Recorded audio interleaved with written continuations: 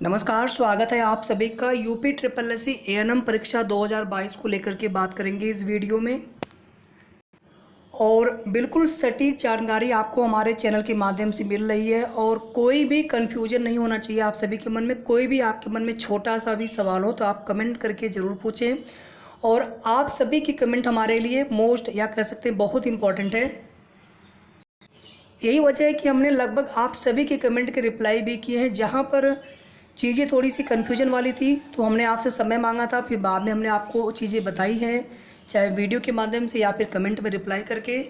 आज जो है डॉक्यूमेंट्स पर पूरी चर्चा करेंगे, साथ ही साथ जो आपके सवाल हैं, चाहे वो ओएमआर में त्रुटि को लेकर के, कट ऑफ को लेकर के, रिजल्ट को लेकर के, कोई भी सवाल आपके हों। और एएनएम का जो नोटिफिकेशन है आपको हम नोटिफिकेशन भी दिखाएंगे और उस नोटिफिकेशन के अनुसार चीज़ें क्या होनी चाहिए वो आपको बताएंगे। तो वीडियो को आप सभी पूरा देखिए लास्ट तक, कोई भी पार्ट आप स्किप ना करें। और वीडियो को आप सभी प्लीज़ लाइक शेयर कर दीजिएगा। लाइक आप ज़रूर कर दें, शेयर आप करना चाहे तो शेयर कर दीजिएगा। और सबसे पहले आप चैनल को सब्सक्राइब कर लेंगे अगर अभी तक आपने चैनल को सब्सक्राइब ना किया हो तो। एएनएम की परीक्षा में बहुत सारी मिस्टेक्स, चाहे फॉर्म भरने में हुई हो, आवेदन करने में, या फिर ओएमआर में गोला भरने में, या फिर सिग्नेचर में, या फिर कोई डिटेल्स भरने में गलतियां हो गई हैं। रजिस्ट्रेशन नंबर, रोल नंबर, हमने आप सभी को बताया था कि रजिस्ट्रेशन नंबर और रोल नंबर ये दो ऑप्शन दिए जाते हैं यूपी ट्रिपल एस सी की तरफ से। एक ऑप्शन होने पर क्या होता था पहले यूपी ट्रिपल एस सी की परीक्षाओं में कि अगर किसी एक, मान लीजिए आपको केवल रजिस्ट्रेशन नंबर भरने का ही ऑप्शन मिला और अगर उसमें मिस्टेक हो गई तो आपकी ओएमआर ही चेक नहीं होगी, भले ही आपके बहुत अच्छे अंक क्यों ना हो। तो इसमें फिर अब क्या किया कि यूपी ट्रिपल एस सी आयोग की तरफ से अमेंडमेंट, संशोधन करते हुए रजिस्ट्रेशन नंबर, रोल नंबर दोनों का ऑप्शन होता है। आप जो ऊपर बॉक्स में लिखते हैं इसमें थोड़ी बहुत गलती चल जाती है, लेकिन जो नीचे आप गोला भरते हैं इसमें कोई गलती नहीं होनी चाहिए। और अगर इन दोनों में से अगर एक भी आपका बिल्कुल करेक्टली आपने गोला भरा है, फिल किया है, तो भी आपका रिजल्ट आना चाहिए। दोनों ही गलत हैं तो फिर उस स्थिति में तो आप भी समझ सकते हैं चीज़ें, लेकिन दोनों में से कम एक आपका बिल्कुल करेक्टली फिल होना ही चाहिए। इसमें अगर गलती है तो आपको परेशान होने की आवश्यकता नहीं है, लेकिन गोला आपका उसमें कोई गलती नहीं होनी चाहिए। कहीं पर दो गोला हो, कहीं पर आधा गोला भर दिया हो मैं, तो ये सब चीज़ें नहीं होना चाहिए। गोला जो है थोड़ा बहुत भरने में अगर बाहर भी अगर आ गया या थोड़ा बहुत अगर थोड़ा बहुत अगर माइनर छूटा है तो उससे दिक्कत नहीं होती है। लेकिन हमने बिल्कुल गोला आधा ही भरा है या फिर हमने दो गोला भर दिया एक ही रो में, क्योंकि हमें एक के लिए केवल एक ही गोला भरना होता है। जैसे यहाँ पे 1 है तो हम इसमें केवल 1 वाला गोला भरते हैं कि यहाँ पे मान लीजिए 0 से स्टार्ट है। अगर हमने गलती से इसी में 2 गोला भर दिया तो भी फिर दिक्कत है।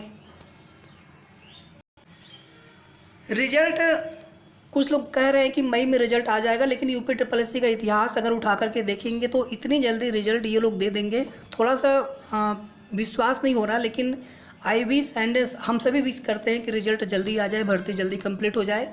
बट जहाँ तक मुझे लग रहा है रिजल्ट जो है आपका जून में ही आएगा। मई में आने के चांस बहुत कम है, और जून में भी रिजल्ट आ जाए तो कह लीजिए आपकी ठीक है, जुलाई भी जा सकता है। अभी कल की अपडेट है यूपी ट्रिपल एस सी आयोग से कि एएनएम का जो रिजल्ट है जुलाई तक फाइनल जो रिजल्ट है, यानी पहले रिवाइज्ड आंसर की आएगी और रिवाइज्ड आंसर की में कॉमन नंबर मिलना ही मिलना है। अब कितने कॉमन नंबर मिलेंगे ये तो रिवाइज्ड आंसर की आने के बाद पता चलेगा। 1 नंबर मिले, 2 नंबर मिले, जिसके वो प्रश्न पहले से सही होंगे उन्हें उसका कोई फ़ायदा नहीं मिलेगा, और जिस पर ये मिलेंगे कॉमन नंबर, और जिस पर कॉमन नंबर दिए गए हैं अगर आपने वो प्रश्न अटेम्प्ट ही नहीं किया है या फिर वो प्रश्न गलत था तब तो फिर आपको फ़ायदा मिलना है। नेगेटिव मार्किंग जो पहले आप माइनस कर रहे थे वो भी आपका इसमें ऐड हो जाएगा, और जिसका पहले से सही होगा तो ऑलरेडी आपने उसके सही के अंक जोड़ रखे तो दोबारा से आपको उसका अंक नहीं प्राप्त होता है। फॉर्म भरने में या फिर ओएमआर में या फिर कास्ट और निवास में बहुत सारी गलतियां हैं। डोमिसाइल हो गया आपका, कास्ट सर्टिफिकेट हो गया आपका, इसमें बहुत सारी गलतियां हैं। और अभी हम आपको दिखाएंगे कि नोटिफिकेशन में क्लियर कट लिखा हुआ है कि पिता पक्ष का ही आपको सभी प्रमाण पत्र लगेंगे, जितने भी विवाहित आप में से हैं। जो अविवाहित हैं तो उनके लिए कोई दिक्कत नहीं, उनका तो वैसे ही पिता वाला चलता है। विवाहित के लिए दिक्कत हो जाती है कि हम और किसी के शादी बहुत पहले की हुई है 10 साल 15 साल, तो भी वहाँ पे देखेंगे तो विवाहित के लिए पिता पक्ष का ही वो लोग मान्य करते हैं। जो अदर स्टेट के हैं उनके लिए रिजर्वेशन नहीं मिलता है, कुछ सवाल उसमें भी थे। तो यहाँ पर कुछ ऐसे रीजन है यहाँ पर बहुत सारी गलतियाँ हुई हैं और हमें लग रहा है बहुत सारे रिजल्ट भी यहाँ पर रुक सकते हैं, दिक्कत हो सकती है। जिसमें ज़्यादा गलती जिनके ओएमआर में हुई होगी या फिर फॉर्म भरने में कोई गलती हुई होगी तो हो सकता है कि डॉक्यूमेंट वेरिफिकेशन के टाइम पे दिक्कत हो जाए। छोटी मोटी दिक्कत होती है, उसके लिए एफिडेविट होता है। ध्यान दीजिएगा आप सभी, शपथ पत्र होता है, बहुत आसान प्रक्रिया होती है, कचहरी से बन जाता है। आप अपने कचहरी से बनवा लीजिए, बहुत आसान प्रक्रिया होती है। 10 रुपये के स्टाम्प पेपर पर लिखवाना होता है या जो भी उस समय की गाइडलाइंस होगी UP-SSC की, उसके अनुसार बनवा लिया जाएगा। या हम आपको बता देंगे कितने रुपये में किस फॉर्मेट में क्या लिखवाना है, कैसे लिखवाना, सारी चीज़ें आपको बताएंगे। तो छोटी मोटी त्रुटियों के लिए आप परेशान मत होइए, संशोधन अगर करवा सकते हो तो करवा लीजिए, कोई भी आपका प्रमाण पत्र हो। और जो संविदा वाला जो अनुभव प्रमाण पत्र है उसका भी हम दिखाएंगे अभी आपको नोटिफिकेशन में क्या दिया हुआ है। तो संविदा वालों के लिए जो सरकारी हॉस्पिटल में जो संविदा वाले हैं उनके लिए ही केवल है वो 12 अंक वाला कि जो पर ईयर के हिसाब से आपको 3 अंक मिलना है। उसमें भी किसी का 3 वर्ष पूरा नहीं हो रहा था, उन्होंने 3 वर्ष डाल दिया कंप्लीट करके। ये सब गलतियाँ नहीं करनी चाहिए थी आपको। अब उसमें जब रिजल्ट आपका चेक होगा तो नंबर देखिए मेरिट में जुड़ेंगे पहले, कुछ लोग कह रहे हैं नंबर बाद में मिलेंगे। बाद में केवल अधिमानी अर्हता देखा जाता है, जैसे एनसीसी हो गया, प्रादेशिक सेना में 2 वर्ष का अनुभव हो गया, ये सब चीज़ें हैं नोटिफिकेशन में। मान लीजिए आपके पास एनसीसी है, उसका नंबर नहीं मिलेगा आपको, लेकिन मान लीजिए कि मेरिट बनते समय आपके अंक किसी के अंक के बिल्कुल बराबर होते हैं, तो उस स्थिति में आपके पास एनसीसी है, उनके पास एनसीसी नहीं है, तो फिर आपको मेरिट में उनके ऊपर जगह मिलेगी। सिर्फ ये होता है अधिमानी अर्हता का मतलब। और भारांक का मतलब होता है कि जो संविदा पर है तो पर ईयर के हिसाब से आपको 3 अंक मिल रहा है। आपके 2 वर्ष ही कंप्लीट हुए, आपने 3 वर्ष डाल दिया, तो आपको तो इस हिसाब से 3 तिरके 9 अंक मिलने चाहिए, लेकिन आपको 6 अंक ही चाहिए था। तो ये सब गलती नहीं करनी चाहिए थी। अगर यहाँ पे आपने गलती की है तो उसके लिए सिर्फ एक सलूशन है कि आप जो है आयोग को आप मेल, कोई भी आपको जहाँ पे शंका लगे आप आयोग को मेल कर दीजिए पूरी डिटेल्स आयोग के ऑफिशियल ईमेल आईडी पर। और आयोग को आप चाहे तो डायरेक्टली जाकर के आप प्रत्यावेदन दे लीजिए UP-SSC आयोग पिकअप भवन लखनऊ में। 2 ही रास्ते हैं, तीसरा कोई विकल्प इसमें नहीं है। फिर बाद में दिक्कत हो तो फिर वहाँ पे हम कुछ कर नहीं पाएंगे। और किसी के दावे में आप मत जाइए, कुछ लोग दावा कर रहे हैं ये होगा ये होगा, आप जो चीज़ें हैं आप उसको कर लीजिए अपने हिसाब से। और जो नोटिफिकेशन के हिसाब से चीज़ें हैं बिल्कुल सटीक जानकारी मैं आपको यहाँ पे बता रहा हूँ। कोई भी समस्या आपको होगी काउंसलिंग वगैरह कहीं पर भी, तो कोई उसकी जिम्मेदारी नहीं लेगा। सब लोग तो अपना यहाँ पे उनको वीडियो बनाना है, व्यूज मिला, यहाँ से अपना भग गए वो, फिर किसी और भर्ती का वीडियो बनाएंगे। लेकिन उनको भी ये सोचना चाहिए कि आपके वीडियो को हज़ारों लोग देख रहे हैं, तो कम से कम आप बिल्कुल सही जानकारी दीजिए। एक भी अगर गलत जानकारी या फिर 1% भी अगर कोई त्रुटि वाली जानकारी अगर आपने दी तो न जाने कितने लोगों का भविष्य खराब हो सकता है उस चीज़ की वजह से। संविदा पर कितने लोग हैं ये जानकारी हमारे संज्ञान में नहीं है, किसी के पास भी एग्जैक्ट डेटा नहीं। कुछ लोग 8,000, कुछ लोग 10,000 का दावा कर रहे हैं, लेकिन मुझे लग रहा है कि 4 से 5,000 अधिकतम होने चाहिए, मे भी ज़्यादा भी संख्या हो सकती है। तो बहुत सारे ऐसे रीजन हैं जहाँ पे गलतियाँ हुई हैं, फॉर्म में, त्रुटियाँ में या अनुभव में, बहुत सारी सी चीज़ें हैं। मुझे लग रहा है कि 100-200 नहीं, शायद 1,000-2,000 भी हो सकता है कि जो OMR है या जो फॉर्म या जो कैंडिडेट्स हैं वो अगले स्टेज से पहले ही हो सकता है बाहर हो जाए, क्योंकि ऐसी गलतियाँ वहाँ पे हो गई हैं या फिर वेरिफिकेशन के टाइम पे दिक्कत हो।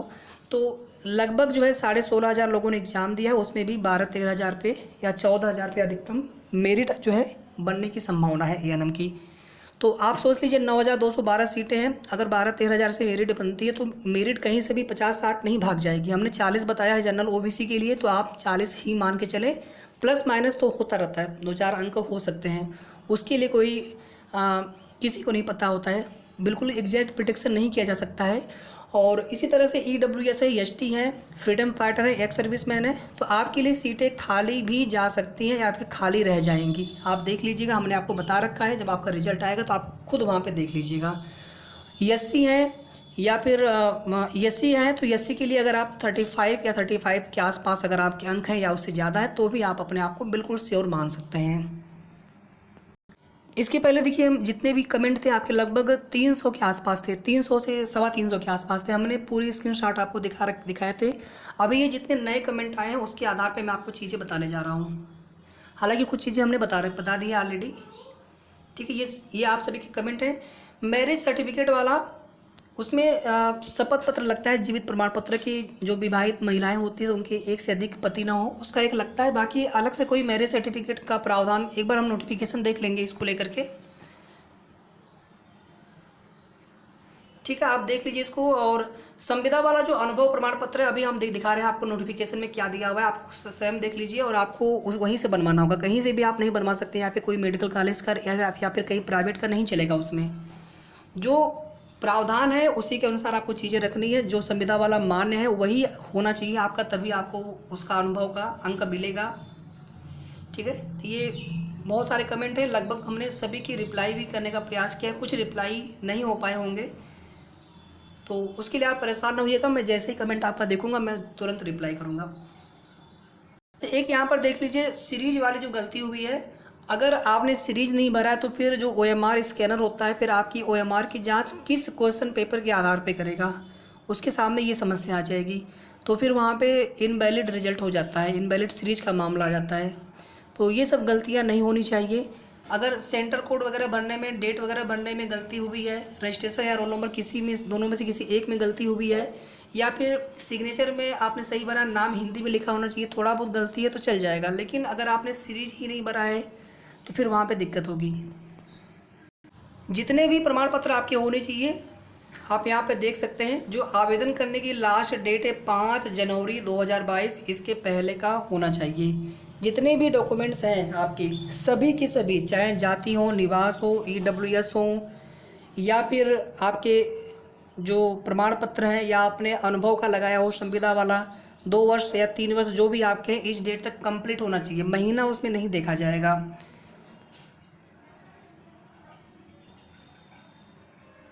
चलिए इसके बाद देख लेते हैं इसमें और क्या क्या दिया। ये सब फॉर्म भरने वाले दिशा निर्देश हम छोड़ देते हैं, यहाँ पे स्किप कर देते हैं।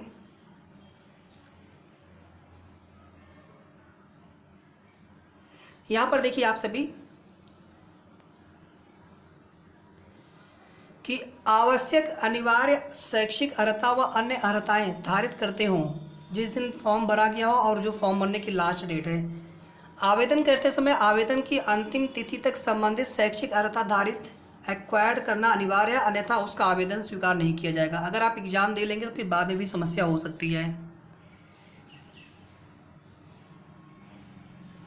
इसके बाद देखिए ध्यान से, यहाँ पर कुछ लोग पूछ रहे थे विकलांग दिव्यांगजन वाला, तो स्वास्थ्य कार्यकर्ता महिला के पद पर विकलांगजन को आरक्षण दिए जाने हेतु तो कोई चिन्हांकन नहीं किया गया, क्योंकि ये टोटल पद महिलाओं के हैं।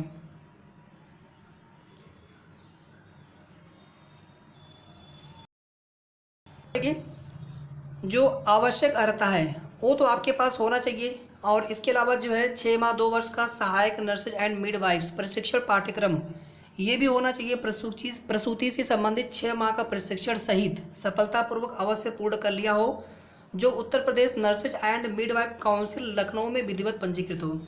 अन्य बातों के समान होने पर, यानी किसी के समान आपका अंक मिल गया तो उसमें फिर अगर आपने प्रादेशिक में सेना में न्यूनतम 2 वर्ष की अवधि तक सेवा की हो या फिर NCC का B प्रमाण पत्र प्राप्त किया हो तो फिर आपको वहाँ पे प्रेफरेंस मिलेगा, कोई इसका अंक नहीं मिलेगा, प्रेफरेंस दिया जाएगा उसका। इसके बाद देखिए यहाँ पर जो संविदा वाले हैं, उत्तर प्रदेश सरकार में संविदा के आधार पर सहायक, किसी प्राइवेट की बात नहीं की जा रही, किसी मेडिकल कॉलेज की बात नहीं की जा रही, उत्तर प्रदेश सरकार में संविदा के आधार पर सहायक नर्स मिडवाइफ, यानी जो सरकारी जो अस्पताल हॉस्पिटल है या जो सरकारी में जो संविदा वाली भर्ती या संविदा वाले पद पर है, और यहाँ पर जो है उनको कई सारे छूट दी गई हैं और साथ ही साथ उनको जो है पर ईयर के हिसाब से 3 अंक भी मिलना है, अधिकतम 15 अंक तक। लेकिन वो ईयर आपका लास्ट डेट, फॉर्म भरने के लास्ट डेट तक कंप्लीट होना चाहिए। बाकी आरक्षण है, आरक्षण देख लीजिए आप। इसके बाद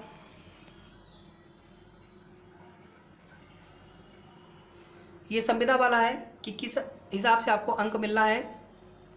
और ध्यान दीजिएगा यहाँ पर जो लोग पूछ रहे थे कि इसके नंबर कब जुड़ेंगे संविदा वाले, तो अभ्यर्थी द्वारा प्राप्त अधिमानी अंकों को, जो संविदा वाला अंक आपको मिल रहा है, जहां पर लागू हो आयोग द्वारा आयोजित लिखित परीक्षा में प्राप्त अंकों में जोड़ दिया जाएगा। अब जो लोग कह रहे हैं कि ये नंबर नहीं जुड़ेंगे तो फिर उनके लिए आपका जवाब है यहाँ पर, उनके लिए यहाँ पर रिप्लाई है ये कि यहाँ पे देखिए लिखा हुआ है आयोग द्वारा आयोजित लिखित परीक्षा में प्राप्त अंकों में उसको जोड़ दिया जाएगा। तो मेरिट बनने से पहले ही जोड़ेंगे, बाद में जोड़ के क्या मतलब है, सिलेक्शन तो मेरिट में पहले ही देखा जाएगा। और नियमावली के नियम 15 के अनुसार चिकित्सा स्वास्थ्य एवं परिवार कल्याण विभाग उत्तर प्रदेश में संविदा के आधार पर सहायक नर्स मिडवाइफ के रूप में कार्यरत व्यक्ति को प्राविधानित अधिमानी अंक प्राप्त करने हेतु कहाँ से आपको बनवाना है उसका अनुभव प्रमाण पत्र, वो देख लीजिए आप संविदा वाले। उत्तर प्रदेश के जनपदों की, यानी जो जनपद आपका हो, मुख्य चिकित्सा अधिकारियों के स्तर से निर्गत अनुभव प्रमाण पत्र होना आवश्यक होगा। तो जो लोग पूछ रहे थे कि ये प्रमाण पत्र कैसे कहाँ से बनवाना है, तो उनके लिए यहाँ पर है कि आपको अपने जनपद के मुख्य चिकित्सा अधिकारियों के स्तर से निर्गत अनुभव प्रमाण पत्र होना चाहिए।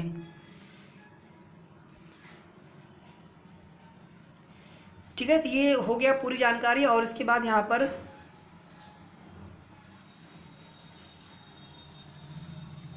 जो लोग उत्तर प्रदेश के निवासी होंगे केवल उन्हें ही आरक्षण का लाभ मिलेगा। जो उत्तर प्रदेश के निवासी नहीं होंगे यानी अदर स्टेट के होंगे उन्हें अनारक्षित श्रेणी के उनको माना जाएगा। बाकी यहाँ पर भूतपूर्व सैनिक, कुशल खिलाड़ी, उनके लिए जो अनुभव प्रमाण पत्र है, उनका जो प्रमाण पत्र है वो किस प्रकार से होना चाहिए, ये यहाँ पर है सक्षम अधिकारी द्वारा। श्रेणी हो गया, अंकित अवश्य करना था अगर आपको श्रेणी का लाभ चाहिए तो। यहाँ पर देखिए, उत्तर प्रदेश के अनुसूचित जाति या जनजाति जैसी भी स्थितियों की श्रेणी में आने वाले व्यक्ति के पुत्र या पुत्री व स्वयं उनका परिवार सामान्यतः उत्तर प्रदेश में निवास करता हो, को ही आरक्षण का लाभ अनुमन्य होगा।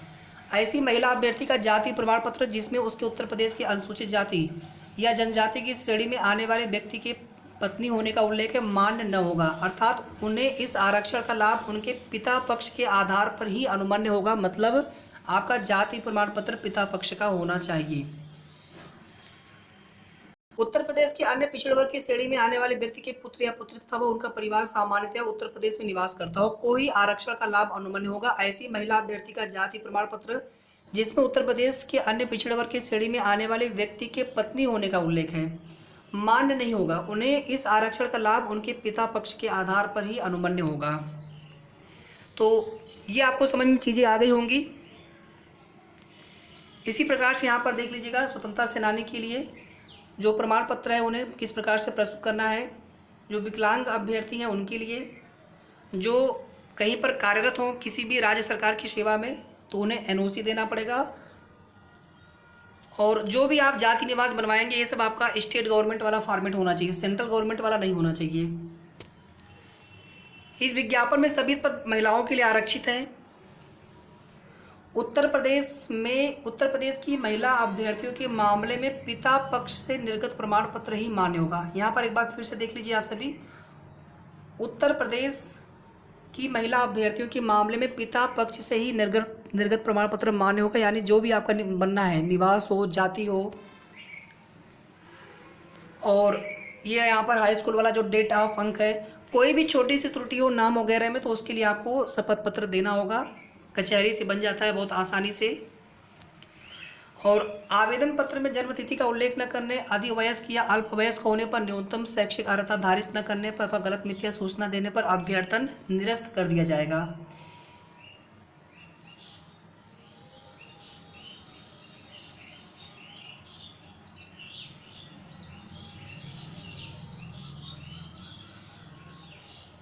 ठीक है, तो बस ये जितनी भी नोटिफिकेशन की महत्वपूर्ण बातें थी, बाकी इसके नीचे आप देखेंगे यहाँ पर जो फॉर्मेट है प्रमाण पत्र बनवाने का, वो है फॉर्मेट दिया हुआ है। तो अगर आपको नोटिफिकेशन चाहिए तो आप हमारे टेलीग्राम चैनल से डाउनलोड कर लीजिएगा। टेलीग्राम चैनल का लिंक मैं डिस्क्रिप्शन बॉक्स में दे दूंगा, आप वहाँ से जाकर के डायरेक्टली पूरा नोटिफिकेशन आप डाउनलोड कर सकते हैं। तो ये पूरा नोटिफिकेशन हो गया एएनएम का। इसके अलावा कोई भी आपके मन में छोटा सा भी सवाल हो, बिना कोई संकोच किए आप प्लीज़ कमेंट करिए। मैं आप सभी के कमेंट देखूंगा। थोड़ा समय लग सकता है कमेंट देखने में, जैसे ही मैं अपने कार्य से फ्री होऊंगा तो मैं आप सभी के कमेंट देखूंगा। कमेंट देखने के बाद जो भी उसकी रिप्लाई होंगे मैं आपको रिप्लाई करूँगा, या फिर कमेंट की स्क्रीनशॉट लेकर के उसकी मैं एक वीडियो बना करके सारे जितने भी कमेंट रहेंगे सभी कमेंट एक साथ ले लूँगा वहाँ पर। और जो भी वहाँ पर आपकी समस्या रहेगी और उससे संबंधित जो भी वहाँ पर चीज़ें रहेंगी आपको बताई जाएंगी। तो वीडियो को प्लीज़ आप सभी लाइक ज़रूर कर दीजिएगा, जितने भी आप लोग देख रहे हैं।